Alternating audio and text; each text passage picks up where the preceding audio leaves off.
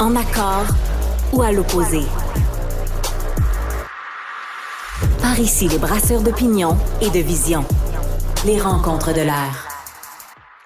David, ça fait déjà un bon moment que François Legault cultive son image de premier ministre lecteur, qui lit beaucoup, là, qui fait des petites même critiques de livres une fois de temps en temps sur ses comptes de réseaux sociaux. En fin de semaine, ça a moins bien passé quand il a commenté un des romans de l'auteur Kevin Lambert.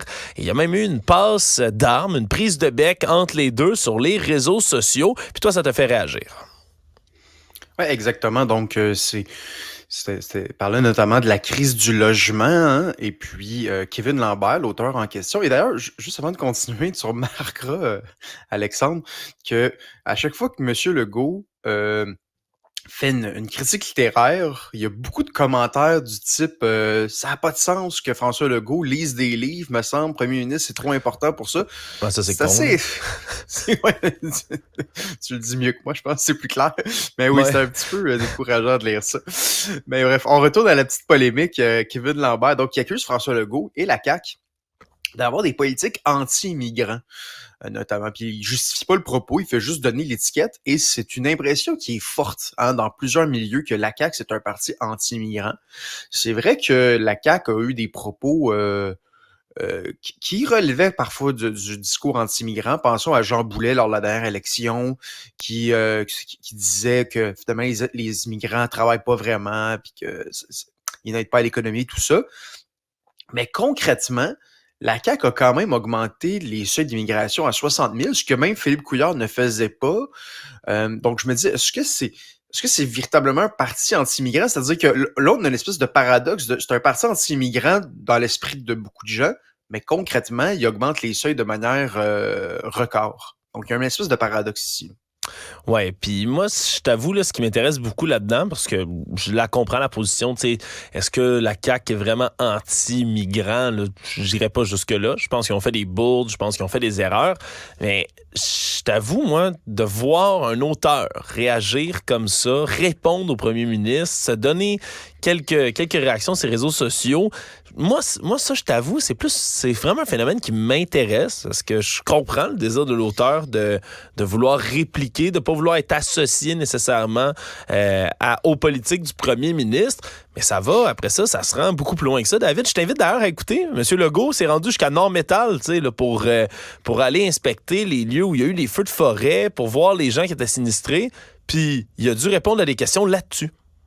Par rapport à l'auteur Kevin Lambert, quels sont vos derniers commentaires par rapport à ça? Écoutez, j'ai pas de commentaires à faire. J'aime lire, je commente des livres, j'essaie d'aider les auteurs québécois. S'il y en a qui n'aiment pas ça, c'est leur choix.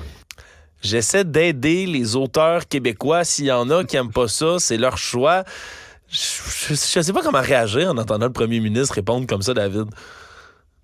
Ouais, ça sonne un peu voulez-vous m'encourager en achetant une palette de chocolat? Ça ressemble à ça comme commentaire. Donc, oui, c'est un peu particulier.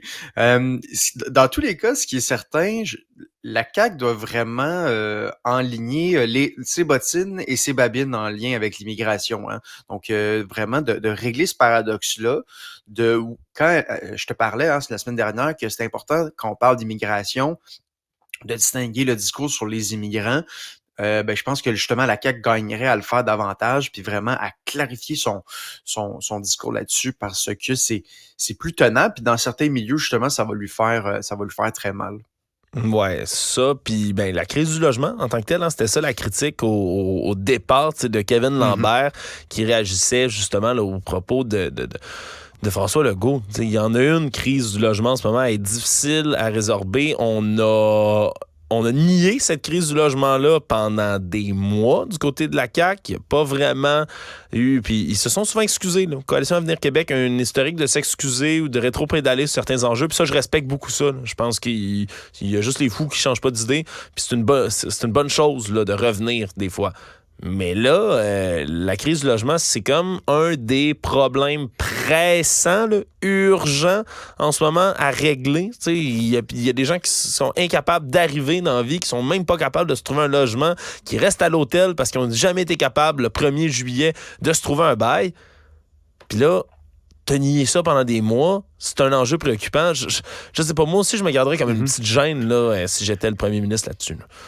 Ouais, puis là, Là, j'ai vu justement sur les réseaux sociaux que François Legault disait que oui, il y a une crise du logement. Et sauf erreur, c'est très rarement arrivé que François Legault disait pas que François Legault utilisait ce terme-là. Justement, c'était comme un peu, on parle pas de crise du logement, on parle de défis en lien avec le logement, ce genre d'expression-là pour ne pas dire crise. Mais là, on semble vraiment le reconnaître. Là, donc, j'ai l'impression que l'été prochain, on va être encore rendu dans ce dossier-là. Mais bon, ça, c'est ma petite prédiction.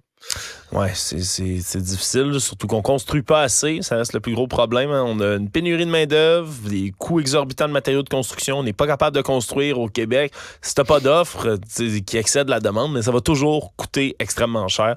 Le logement, bref, ça, on n'est pas sorti du bois de ce côté-là. Autre chose qui t'a fait réagir, David, un article de Colt Montréal, Colt MTL, qui a publié un drôle d'article, une espèce de drôle de sondage sur la loi 96. Oui, exactement. Donc, la loi 96 qui tend à pérenniser le français, c'est la CAQ qui a présenté ça il y a quelques années et qui disait comme affirmation que moins tu es éduqué, plus tu soutiens la loi 96. D'ailleurs, c'était vraiment le grand titre sur Twitter, puis ça a fait très fortement réagir. Et je trouvais ça très tendancieux comme affirmation. Il y a comme une espèce de... Parce qu'on sait que Colt Montreal, c'est un petit média qui est très anglophone, très pro-anglais, très anti-français, si je peux me le permettre. Là. Donc, où est-ce que on dit justement que ceux qui critiquent, ceux qui sont pour le français, ceux qui sont pour les lois pro-français, ben finalement, c'est des gens pas très éduqués, pas très intelligents. Il y a ça comme le sous-entendu, on va se le dire, là, c'est un petit peu ça. Donc, il y a une espèce d'élitisme qui me pue au nez ici. Et c'est pas la première fois qu'il y a ce type de mépris à l'égard des gens qui vont défendre le français ou qui vont défendre la loi 21 sur la laïcité, par exemple. Oui, mais puis surtout, j'ai hâte de voir, là, je t'avoue, je me suis pas penché sur le sondage en question, sur lequel il base tout ça, mais c'est quoi l'échantillonnage, sur quoi il se base, c'est quoi les gens plus éduqués, est-ce qu'on compte juste les diplômes, est-ce qu'on compte le QI, est-ce qu'on compte les années d'études, qu'est-ce qu'on calcule là, pour déterminer si quelqu'un est plus éduqué qu'un autre, là? Parce que déjà ça, là, c'est plus tendancieux aussi là, à dire. Ben oui, et puis en plus, moi j'ai envie de dire... Même si c'est vrai, je vois pas ça quelque chose comme étant négatif. C'est-à-dire que c'est-à-dire que s'il y a des gens qui sont moins éduqués puis que le français leur tient à cœur, c'est des citoyens comme les autres. Ouais. Et au contraire, je pense que historiquement, justement, défendre le français, c'était quelque chose pour le grand nombre. C'était quelque chose, on visait à aider tout le monde, les régions, les gens à Montréal. Donc, je trouve ça vraiment ordinaire, je trouve ça épouvantable même de faire ce genre d'affirmation-là qui pue l'élitisme. Et tu sais, des fois on parle, on crie au populisme, puis ça donne même pas d'allure les partis populistes aujourd'hui. Ben, je pense qu'ils sont nourris justement parce qu'il y a une certaine élite qui va les mépriser justement, qui va mépriser le peuple en fait. Et il y a justement des partis politiques qui vont dire, ben écoutez, moi, je le méprise pas, le peuple.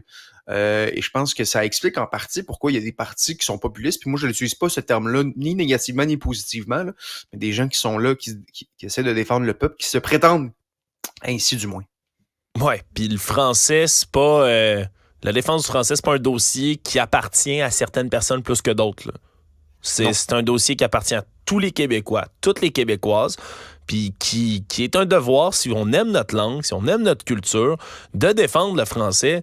Puis je m'excuse, là, c'est peut-être juste encore plus significatif. Si t'es quelqu'un, c'est un citoyen du Québec, hein, puis que tu parles pas anglais, tu parles juste français, puis t'as entièrement le droit parce que c'est notre langue à nous autres. Mais peut-être que justement, t'es moins allé à l'école, tu fais un travail plus manuel, tu contribues tout autant à la société, si c'est pas plus que certaines personnes. Puis ben pour toi, t'as moins d'années d'éducation, puis c'est peut-être pour ça que le français tient encore plus à cœur parce que c'est ta langue puis tu veux continuer à vivre dans ta langue à toi. Je m'excuse, mais c'est absolument ton droit. Puis des articles comme ça, là, David, moi aussi, ça vient me chercher, ça me pue au nez.